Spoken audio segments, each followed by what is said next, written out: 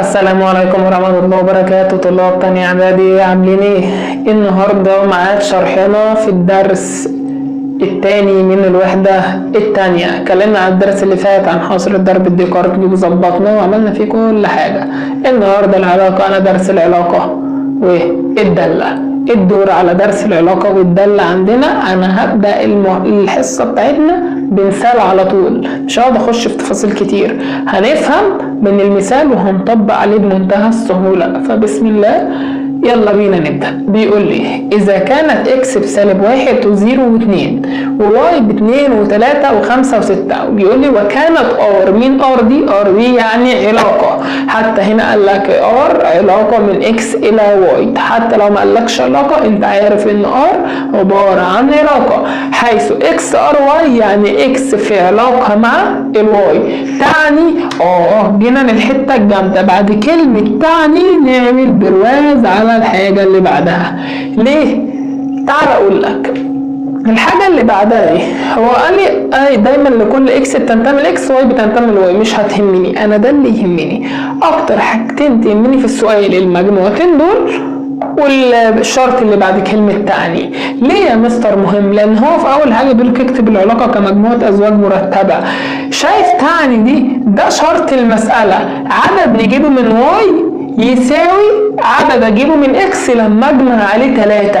يعني ايه؟ مش انت عايز تكتب العلاقه؟ يا عم اكتب ار بيساوي وهنفهم من السؤال. ادي ار بيساوي يعمل زوج مرتب، لان هو قال لك العلاقه كمجموعه من الازواج المرتبه. واي بيساوي اكس زائد 3. يعني ايه؟ يعني كأن جبت عدد من اكس جمعت عليه 3 اداني حاجة في الواي. يعني ايه؟ تعالوا نجرب كده سالب 1، نكتب سالب 1 في خانة الاكس.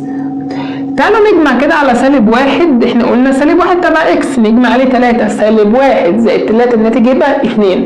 طب هل الاتنين بقى اللي طلعت دي موجودة في الواي؟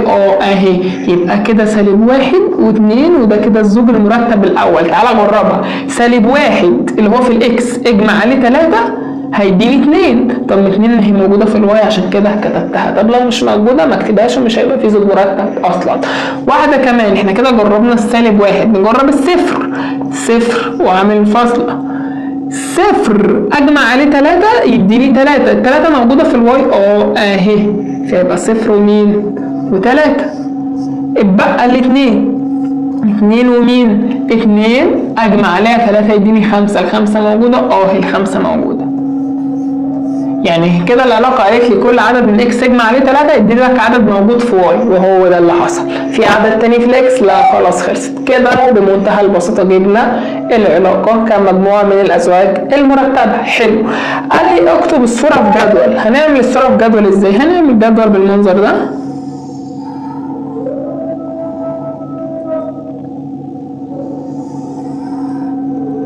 مثلا هنا اكس وهنا واي. وهو الخانة الأولانية دايما اكس والتانية واي، فالاكس هنا سالب 1 وهنا ب2، صفر والواي 3 تحت. آخر حاجة 2 فوق و5 تحت. نوقف عشان الأذان ونرجع بعدها على طول.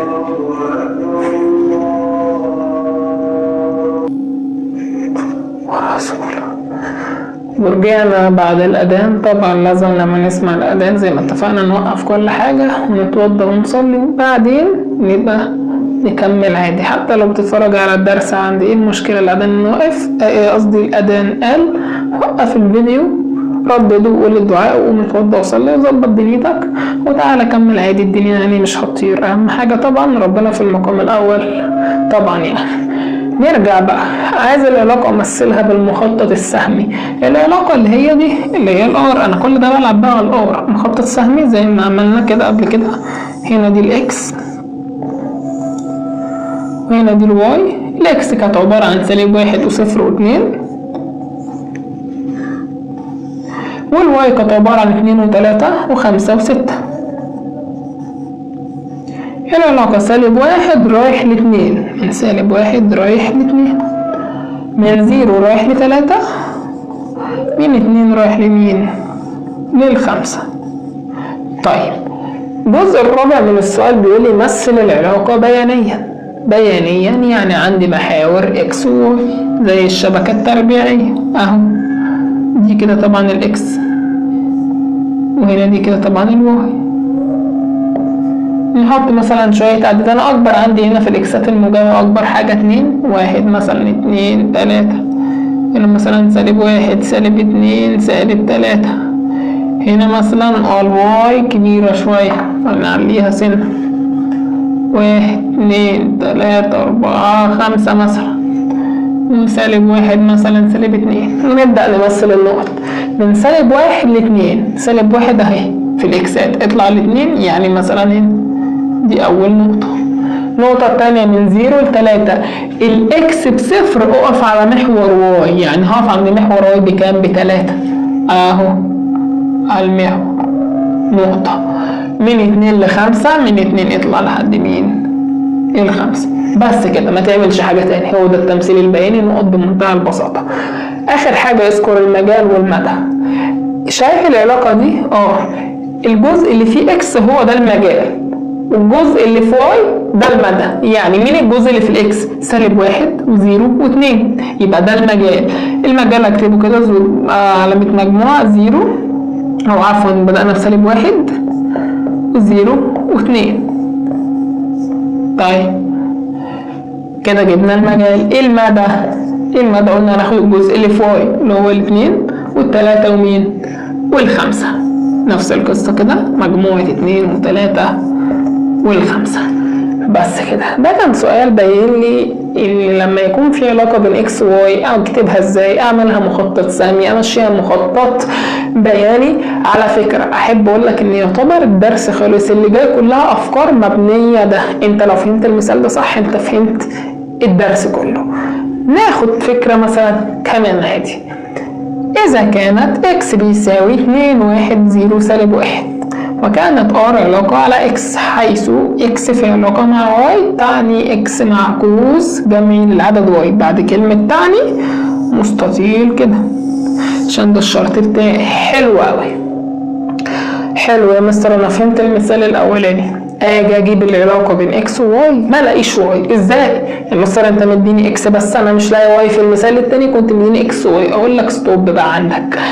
هو قال لك كانت هناك، قال لك ايه؟ كانت ار علاقه من اكس رايح لواي، من اكس لواي، عشان كده كان عندي اكس وواي. لكن هنا قال لك ان ار علاقه على اكس نفسها. يعني ايه يا مستر؟ ار انا عندي اكس وار علاقه على اكس، يعني يا مستر كاني عندي اكس واكس كمان نفسها بجيب منهم علاقه، اعتبر اكس الثانيه كانها واي. ايوه انت صح. طب اللي مش فاهم يعني ايه؟ يعني كاني مش انا عندي اكس الاولانيه 2 1 و0 1 هنكتب اكس كمان 2 1 0 1 والاكس الثانيه دي كانها واي اللي هجيب منها العلاقه. تعالوا نسموها مثلا واي مثلا، نسميها دي واي هي نفس الاكس عشان بيقول لي ار علاقه على الاكس، فواي مش مداني والله هي واي بقى نفسها هي الاكس. ودي تعتبر فكره بسيطه. عايز بقى اكتب ار كمجموعه ازواج مرتبه. حلو بقى، هبدا اطبق الشروط. اعمل قول ار بيساوي وافتح كده واعمل. طب شرط اكس معكوس جمعي للعدد واي. ادي يا مستر جبت اكس وكده انا جبت واي، دي واي بتساوي معكوس جمعي. يعني ايه؟ يعني بعكس الاشاره، لو واحد معكوسه -1 ولو -2 معكوسه 2. حلو، تعالوا نمسك الاثنين الاولانيه. 2 معكوسها -2 صح؟ اجي ادور -2 موجوده؟ لا، يبقى الاثنين دي مش معايا، عشان -2 مش موجوده. نخش على اللي بعدها. الواحد معكوسه مين؟ -1. طيب هو -1 المفروض كده اصلا -1. -1 موجود اهو، ده -1 يبقى موجود يبقى الواحد مع -1. خلصنا الواحد. نخش على الزيرو. الزيرو معكوسه الجمعي هو الزيرو، والزيرو موجود موجود تحت في الواي، فيبقى الزيرو مع نفسها. -1 معكوسه الجمعي غير الاشاره يبقى 1. الواحد موجود اهو، يبقى -1 ومين؟ وواحد. في حاجة تاني فوق؟ لا مفيش. خلاص اقفل المجموعة بمنتهى البساطة. الشغل اللي جاي قديم. عايز المجال قلنا الجزء اللي في اكس اللي هو 1 و0 -1، يبقى المجال مجموعة 1 و0 و-1.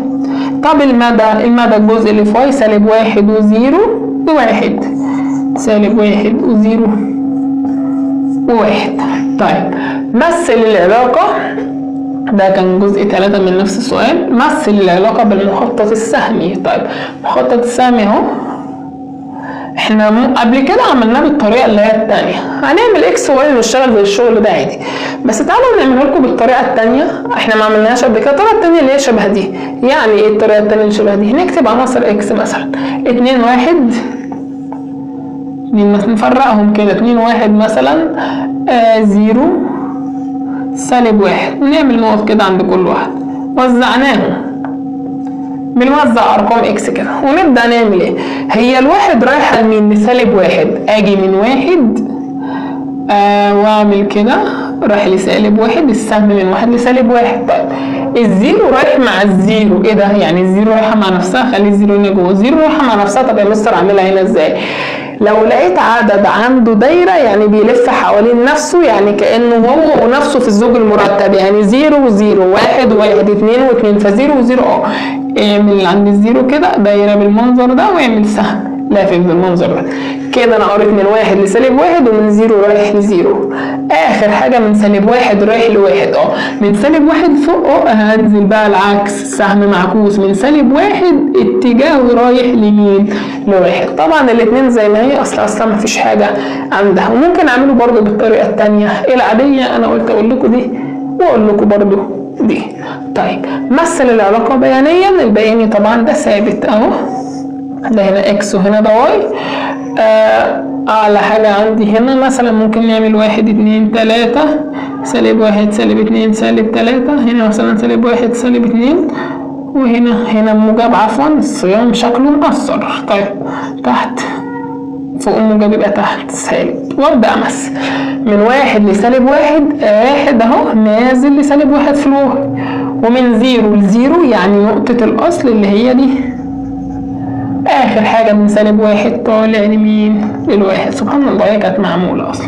بس كده فكرة كمان بمنتهى البساطة لذيذة. طب افرض بقى حاجة جاب لك المخطط وعايز انت اللي تستنتج العلاقة. يعني ايه؟ اكتب ار ثم اوجد المجال والمدى. طب هكتب ار ازاي يا مستر؟ اقول لك تكتب ار ازاي. ار بيساوي، مديك الشكل ده بيقول لك اكتب العلاقه وعايز المجال والمدى، هتقول له ار بيساوي تفتح مجموعه، هتمسك عدد تشوف هو رايح فين. تعالى نبدا من الواحد. هو الواحد رايح لمين؟ الواحد والله في سهم من الواحد اهو، السهم بتاعه نازل لحد 4، وفي سهم من 1 رايح على 3، يبقى 1 و4 و1 و3. محدش يقول لي 1 و5، لا ده 5 هي اللي رايحه ل1. انا بقول 1 رايح لمين اهو، 1 رايح ل4 و1 رايح لكام؟ ل3. خلصنا من الواحد. نمسك مثلا الاثنين يا مستر في مين؟ في دايره عندها يبقى مع نفسها زي ما اتفقنا، يبقى 2 مع 2. طب و2 رايحه لمين كمان؟ في سهم من الاثنين اتجاهه رايح ل3، يبقى 2 وكام؟ و3. طيب مسكنا الواحد ومسكنا الاثنين. الثلاثة الاثنين جايه لها، لا انا عايز اعرف هي الثلاثة رايحه لمين؟ مش رايحه للاثنين ومش رايحه للواحد، ده هما اللي جايين لها، يبقى مفيش 3 اصلا لان مفيش حاجه تاني. الاربعه في سهم اهو رايح لحد الواحد، اتجاهه رايح لحد مين؟ الواحد، يبقى الاربعه تنفع مع الواحد. في حاجه تانية للاربعه؟ لا. الخمسه في سهم من 5 اهو اتجاهه باصص للواحد، يعني 5 ومين؟ وواحد. بمنتهى البساطة. ودي العلاقة. عايز المجال والمدى؟ سهل. المجال عندي مين؟ المجال بيساوي الجزء اللي عند اكس، هكتب 1 وهكتب 1 تاني، لا متكرر هاخده مرة واحدة، يعني 1 ده متكرر خلاص، 2 دي متكررة، 4 5 يعني 1 و2 و4 و5 دي المجال. طب المدى عندي الجزء اللي فوق 4 و3 و2 دي متكرر، و1 4 و3 و2 و1. عايز تكتبها بالترتيب 1 2 3 4 مش هزعلكم، 1 2 3 4 جوه المجموعة مش بتفرق في ايه؟ في حاجة عندي خالص.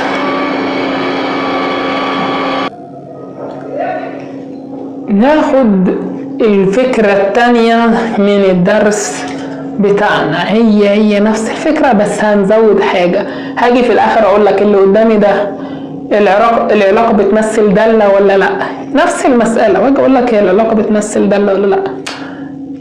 يعني ايه يا مستر علاقة دالة ولا لا؟ اقول لك انت هتبص مسألتك لمحت حاجة من الثلاثة اللي انا قلتهم لك دول او لسه هقولهم لك، اعرف ان المسألة دالة. طب لو لمحتش اكيد مش دالة. يعني متى تكون العلاقة دالة؟ متى تكون العلاقة دالة؟ اول حاجة بتقول لك كل عنصر من اكس يظهر مرة واحدة كمسقط اول. يعني ايه؟ هاجي اكتب لك كده في العلاقة مثلا 2 و5 3 و4 مثلا، واكس مثلا كانت ب2 و3. مش اكس ظهرت مرة واحدة، يعني الاتنين هنا ظهرت مرة واحدة، التالتة ظهرت مرة تانية واحدة بس. هل الاتنين ظهرت هنا وهنا زي المسألة مثلا اللي فاتت هنا 2 الواحد ظهر هنا وظهر هنا؟ لا، هنا ظهرت مرة واحدة، فدي تبقى دالة. طب في الحاجة دي أكيد مش دالة لأنها ظهرت أكتر من مرة. طب أو في المخطط السهمي كل عنصر من إكس يخرج منه سهم واحد إلى أحد عناصر واي. يعني كل عناصر إكس اللي هنرسمها لازما كل العناصر يخرج منها سهم واحد بس رايح في اتجاه واي. أو في التمثيل البياني كل عنصر من عناصر إكس تقع عليه نقطة واحدة فقط من النقطة التي تمثل العلاقة. يعني لما برسم إكس وواي شبكة تربيعية، لو الشبكة التربيعية عندي جيت قسمتها لخطوط بالطول كده، لازم أنا ألاقي كل خط عليه لازم أنا ألاقي كل خط من الخطوط اللي أنا رسمتها مرسوم عليه نقطة واحدة بس. يعني لو هنا كده، لو هنا نقطة واحدة وهنا نقطة واحدة ماشي دي دالة. طب لو خط لقيت عليه نقطتين يبقى كده مش دالة. ليه؟ أصله هيكون متكرر هنا فرسمت الحاجة واحدة مرتين. تعالوا نطبق على المثال ونفهم. مثال عادي مديني اكس وواي وبيقول لي ان اكس في علاقه مع واي، ومديني كلمه تعني عملت عليها دايره اكس زائد واي بيساوي 5. اكتب ار. اول حاجه ار عادي بيساوي ادي مجموعه عدد من اكس هجمع عليه واي يديني 5. يعني ايه؟ طب يا مستر انا هتلخبط بالمنظر ده، هعملها ازاي اصلا؟ يعني عدد من اكس مثلا وليكن 0. من 0 ممكن اجمع عليه كام عشان يديني 5؟ 5 موجودة؟ موجودة. طب تعالى نمشيها بالراحة، نختار من الاكس مثلا 0 اجمع عليه كام من واي عشان يديني 5؟ لازم اجمع عليه 5. طب هي 5 دي اصلا موجوده في الواي؟ اهي، فيبقى كده تكون زوج مرتب. العدد الثاني 1. طب الواحد دي يا مستر هجمع عليه مين عشان يديني 5؟ الواحد هجمع عليه كام من واي عشان يديني 5؟ اجمع عليه 4. الاربعه موجوده فاكتبها. طب الزوج الثالث 2 اجمع عليها 3. 3 موجوده موجوده. طيب اخر حاجة 3 اجمع عليها 2 موجودة في الواي موجودة. بس كده، دي كده العلاقة. شغل قديم مثل بالمخطط السهمي، شغل قديم برضو. ادي هنا دي مثلا الاكس، وادي دي مثلا كده الواي. الاكس 0 1 2 3 اهو 0 1 2 3. الواي 2 3 4 5 6 2 3 4 5 6 زعلانة شكلها. طيب من 0 ل5 اهو سهم، من 1 ل4 اهو، من 2 رايح ل3 اهو، من 3 رايحة ل2 اهو. حلو. مثل ار بياني، عايز رسم بياني اهو.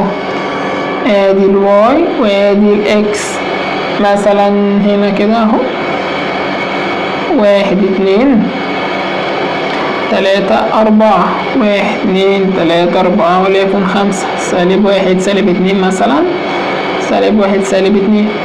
من 0 ل5 الاكس ب0 اقف على محور واي، يعني اقف على مثلا ندي دي كده سنه، اقف على محور واي يعني اقف عند ال5. من 1 ل4 من 1 رايح لحد ال4، من 2 لحد ال3، من 2 احنا المفروض ما نلزقهمش في بعض كده، يعني هنا مثلا هنا 1 هنا مثلا 2 هنا 3 بره 4. 0 ل5 من 1 لحد 4 اهو، من 2 لحد 3 اهو، من 3 لحد 2 من 3 لحد 2 اهي. بس كده. حلو. كله ده يعتبر مراجعة قديمة. هل بقى ار دالة ام لا؟ هو ده بقى المطلوب الجديد، هل ار دالة ام لا؟ واذا كانت دالة يوجد مجالها ومداها. حلو، هي ار دالة ولا لا؟ انا اسهل شرط بحبه بتاع المخطط السهمي. ابص على المخطط السهمي، كل عنصر من اكس، كل اكس ما ينفعش يبقى واحده مش طالع منها سهم، لا كل عناصر اكس طالع منها سهم واحد بس. المخطط السهمي الزيرو طالع منه سهم واحد، الواحد طالع منه سهم واحد، الاثنين طالع منه سهم واحد، الثلاثه طالع منها سهم واحد. يبقى العلاقه داله ومغمض، اي واحد من الثلاثه عادي. طب واذا كانت داله، هل ار داله ام لا؟ وبيقول لك كمان ولماذا. يعني انت هتقول له المفروض انا اكتب لك هنا ولماذا. انت ممكن تقول لي لان بالعربي كده عادي، كل عنصر من عناصر اكس خرج منه سهم واحد الى مثلا احد عناصر واو احد. واحد تاني يقول لي لا يا مستر، انا هبص على الشرط الاول اللي هو بيقول لي كل عنصر من عناصر اكس يظهر كمسقط اول مره واحده. يعني الزيرو اهو ظهر مسقط اول، قرر تاني لا عشان كده ظهر مره واحده. نفس القصه، الواحد ظهر مره واحده، الاثنين مره واحده، ثلاثه مره واحده، ويكتب الشرط ده. واحد تاني يقول لي لا، هكتب في التمثيل البياني كل عنصر من عناصر اكس تقع لنقطه واحده فقط من النقطة التي تمثل العلاقة. زي ما قلت كده هاجي امثل. بصوا لو عملت خطوط بالطول كده، كل خط عليه نقطة واحدة. ممكن اكتب برضو الشرط ده ان كمان بتكون بالمنظر ده كده. اكس النقط الشروط بتبقى عليها عمودية، عايز توضح عادي خطوط عمودية برضو مش هيفرق في حاجة خالص.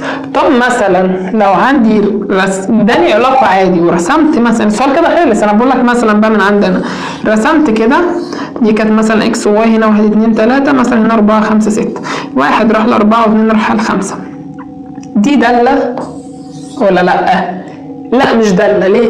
انا المفروض كل العناصر يخرج منها سهم واحد، اللي هي عناصر اكس كلها يخرج منها سهم. طب ده خرج منه سهم وده خرج منه سهم، بس ده ما خرجش منه سهم، ففي الحالة دي يكون ليس دالة. ليه؟ اكتب له بالعربي لأن